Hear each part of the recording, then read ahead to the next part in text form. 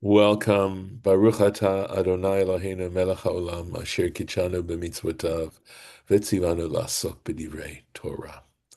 So we were able to complete the Rashis on Parshat Va'era, and so I'm going to Torah T'mimah today and continuing where we left off, and we are going through his commentary, step by step through the book at this point, of course, of Genesis and seeing how he approaches things. And I have to say that I just love his knowledge and how he shares it. And he is so incredibly bright. And there's so many of these people who are gifted and have such an amazing knowledge because they started learning this stuff very, very young. They were very young when they started to do this, and the discipline has been honed over the centuries. And what can I say? The results speak for themselves.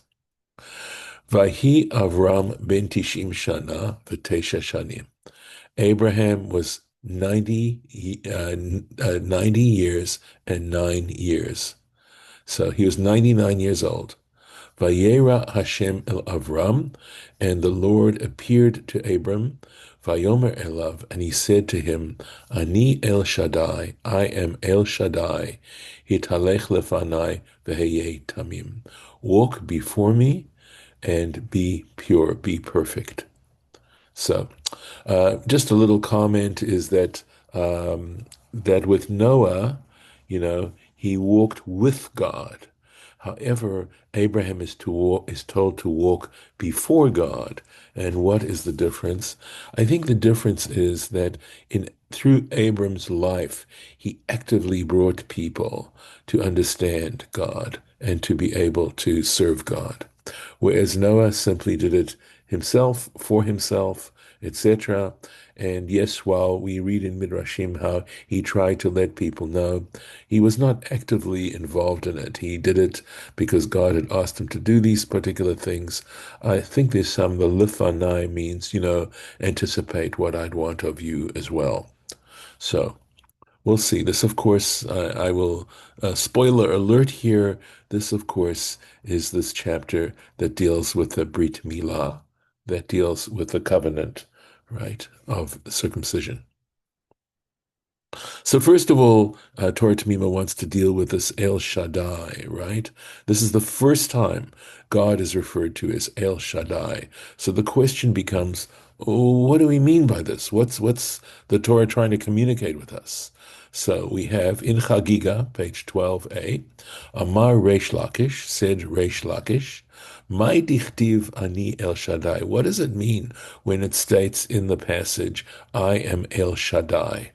Amar HaKadosh Baruch Hu, said the Holy One, blessed be He, Anihu, I am the one. In other words, he was saying to Abraham, or Abram at this point, right? He was saying to Abraham, Anihu, I'm the one, She'amarti lo olam, die, who said to the universe, enough, enough. So, of course, that simply poses more questions. And fortunately, we have a little footnote here for Torah T'mimah to explain what is this really talking about. But that's the idea, because some of you know that the word die means enough or sufficient, because you all are familiar with the song Die, Die, Yenu, who died, which essentially is a song about saying that had God done any one of the miracles that were performed in the Exodus from Egypt, it would have been sufficient for us to want to serve God and want to express our gratitude for any one of those miracles. And then, of course, the song goes through each one of those miracles. So, ha'inyan she'amar la'olam die, right? This subject that he said to the universe, enough. Mitba'er b'gemara, right? It's clarified in the Gemara. Shebisha'a shebara HaKadosh Baruch Hu et haolam, that at the moment or at the time when the Holy One, blessed be He, created the universe, haya haolam mitpashet v'holech, that the universe was continuing, it was going to keep on spreading, and v'holech means continually spreading, going further and further and further. Ad shega'ar bo HaKadosh Baruch Hu, until the Holy One, blessed be He, rebuked it. Shenamar, in other words, it basically said, stop! in that sort of way.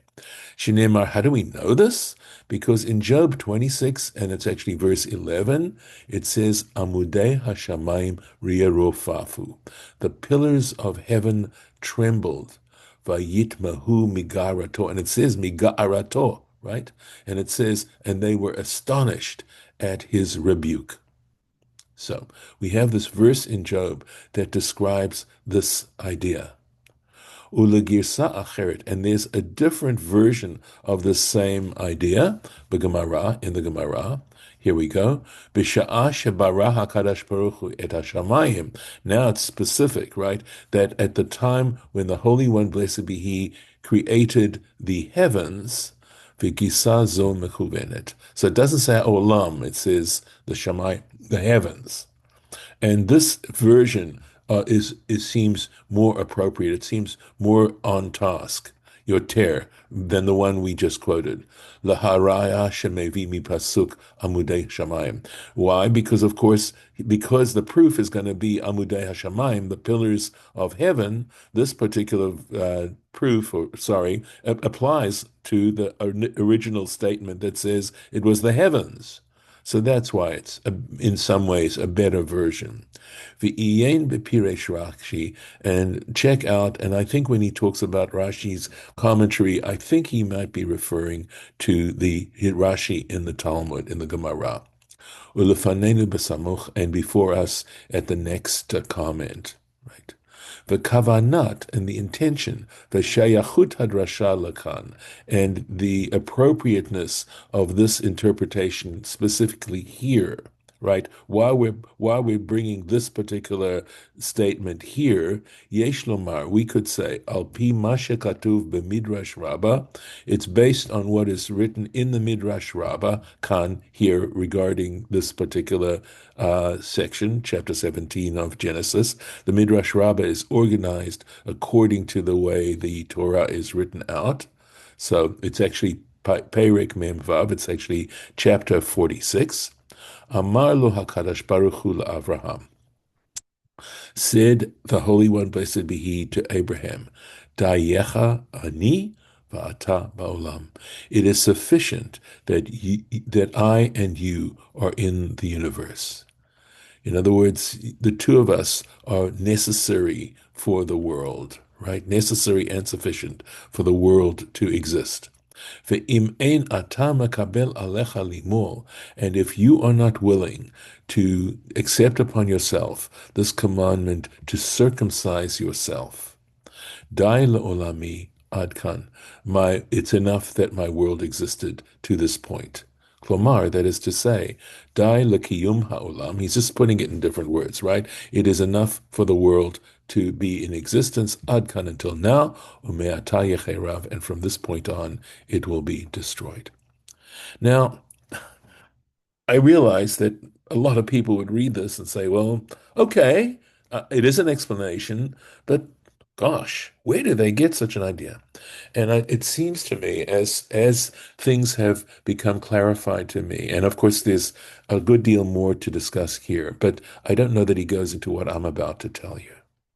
But and it's something that has impacted me deeply. That one reason for these commandments, which such as circumcision specifically, right, is that we know that the snake is also a phallic symbol. We know that. And the issue has to do so much with learning how to control impulses. And I think what it's saying here is if the world is left to simply follow its impulses, it will eventually destroy itself. That people, if we don't learn how to control, and I actually like the idea of dancing with our impulses, because impulses don't need to be destroyed. They need to be controlled.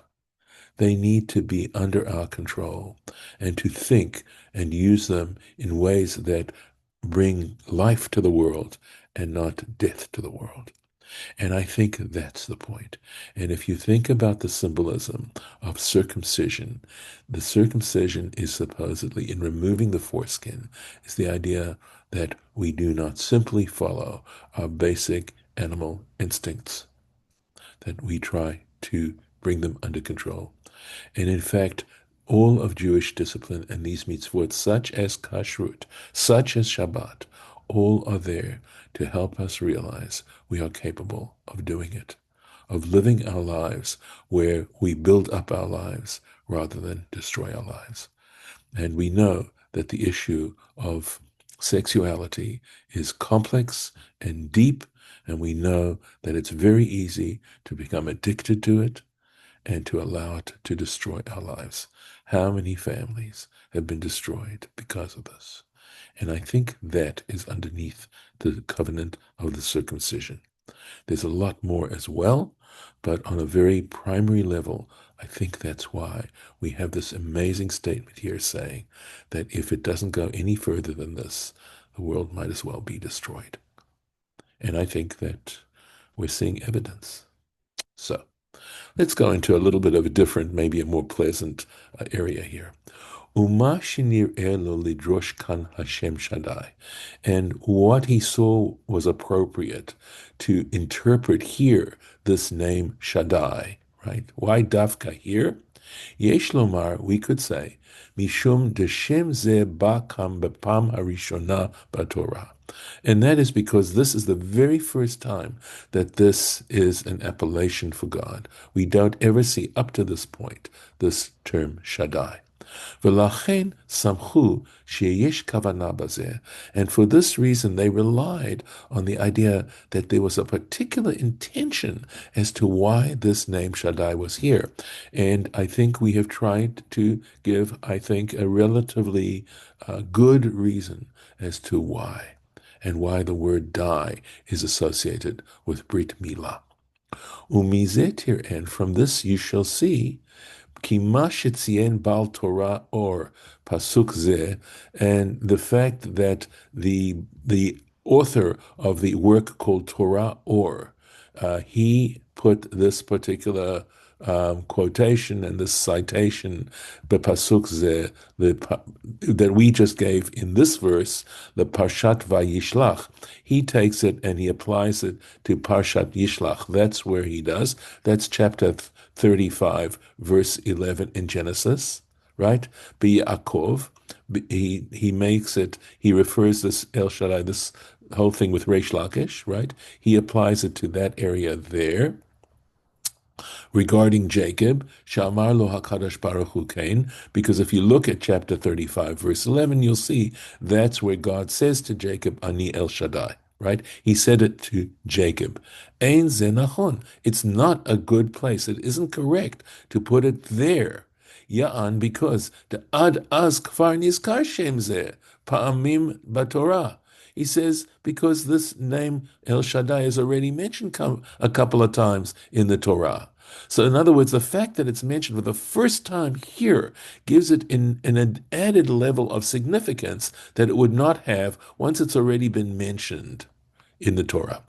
Kan, so of course, it's mentioned right here. Uvesof perek Parshat Toldot, and at the end of the Parsha of Toldot, right? That's a little later on, dealing basically with Isaac's life. For El Shaddai Yevarechotcha, it says there, and the El Shaddai will bless you. Ella, Mekavin, I think, let's see, right. I'm not sure exactly how to pronounce this word. Okay, Ella, it could be Mekavein, the pasuk, it points to pasuk shelefanenu. It makes sense that it's directed to this particular verse. Ukemevo'ah bedrashat Midrash Rabbah Hanal. And it's clear because Midrash Rabbah puts it here. That's where Midrash Rabbah puts it. So, there are times when Torah T'mimah looks at other information from, the Torah or is a major work, and he's concerned that there are mistakes in these other works because he has an incredible knowledge, an encyclopedic knowledge of all the works that are involved, and so he points out that this could be misleading. Right, so he does mention that from time to time, right? Uvichlal, and in general, tzarich biur, it still requires clarification. Ma shevachu lakadosh baruch hu. So what praise? In other words, in what sense is it an honoring, you're right, what praise to the Holy One, blessed be He. B'mashe amar le'olam die. So what's the big deal, right? Why was it such a great thing? In other words, is what he's saying. What was so great about the fact that God said to his universe, die, enough? Uma kavanat anyan. And again, what's it implying? Okay? If Shalomar, and one could say, al pi katvu hamefarshim, right? That based on what other interpreters have said, have written, de tachlit kavanat hakadosh baruch hu, that the intention, or in other words, the answer to the question of what was God trying to get, what was his purpose, what was he trying to accomplish, right? Bevriat haolam, when God created the world. Haita le'osher uzchut ha'adam. The idea was that it was for the happiness, the well-being, uzchut, and the benefit of human beings. Sheyishtadel lihitasek, okay, that they should attempt to occupy themselves, busy themselves, ulahit gader, and to distinguish themselves, b'ma'aseh ha'olam, in the creation of the world, right? In the business of the world. So that is, I love to put it another way. It's not original by any means, that if we want to look at our purpose as human beings, you want to try and leave the world a little bit better than you found it. That is a great purpose, and that God created a world in which human beings could do this. Now, we still haven't answered why God saying enough to the world would have given that clue. Okay, and here we go.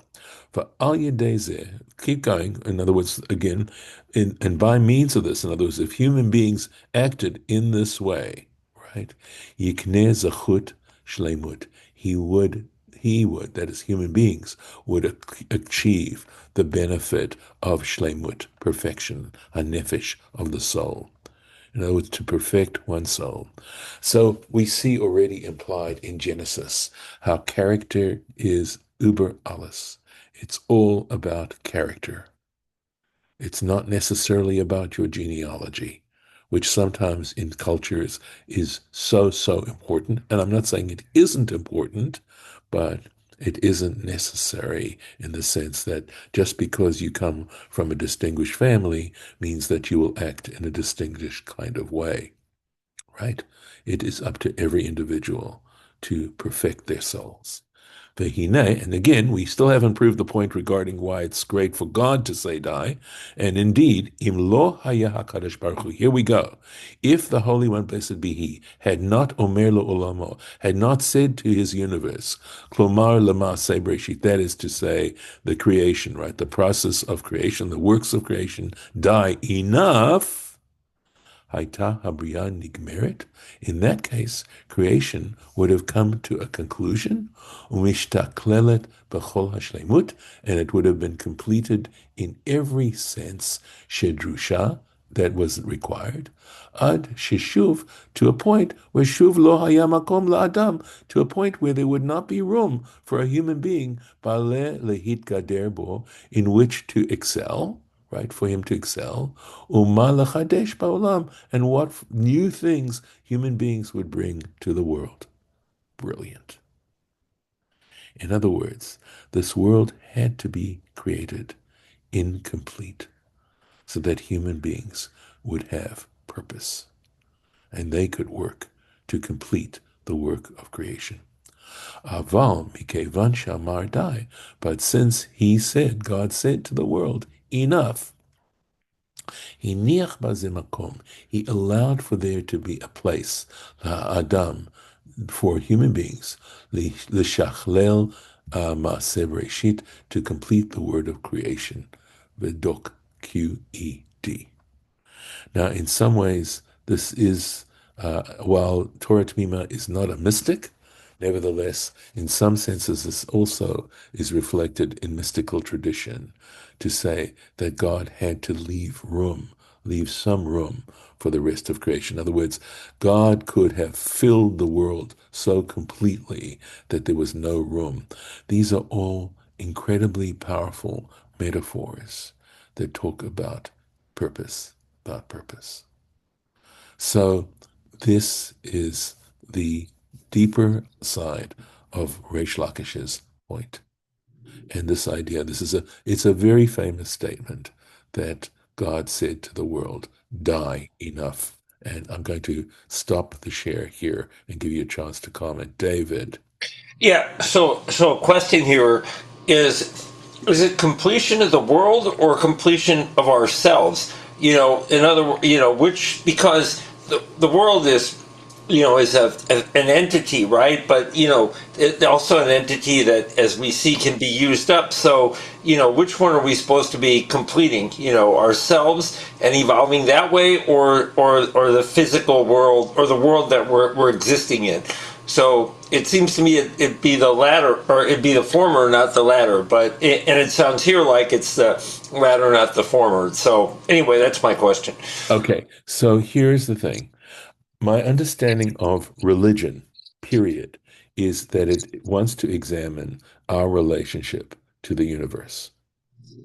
What is, here we are, individuals, we are tiny, tiny mortals, and yet we are given such amazing ability through our consciousness and our intelligence, etc. What is our relationship to the universe? That's the subject of religion, okay? That's both the physical universe, and we also know that our moral behavior, our thoughts, our artistic efforts, etc., all are part. In other words, seeing the universe as an entity, both the physical and the spiritual. And this gives us room in which to find significance. Everyone having their own part to play in something that is seen as a whole. That what you're bringing out in your question is this idea of when we talk about God being one, and of course we know that in Buddhism there's the idea of oneness, and we're exploring what do we mean. And so we don't necessarily make a distinction between one and the other. I don't know if I'm answering your question, and if I'm not, please, follow up and I will try and do a better job. No, it does answer my question. That's very helpful. Thank you. All right. So if anyone has any other comments, I'm happy to take them. Otherwise, I don't want to go on to the next one because, as tempting as it is, because as you can see, Torah T'mimah's commentary and his footnotes are amazing. And what he does, of course, just for those who may be tuning in for the first time, is that, as you can see, there are two parts. There's above the line. It's like a bridge game, right? Above the line and below the line, right? So above the line, what Torah T'mimah does is to find these sources throughout the breadth of rabbinic tradition and also frame them in a way like if it's in Aramaic, he'll translate it into Hebrew. If it's put in a somewhat confusing kind of way, he tries to clarify the language. That's the job above the line. And then below the line are his sharing, his insights as to what this is really talking about and why it's there and other kinds of comments he has. And I have to say that I love this material. It is just amazing. So with that, I will sign off.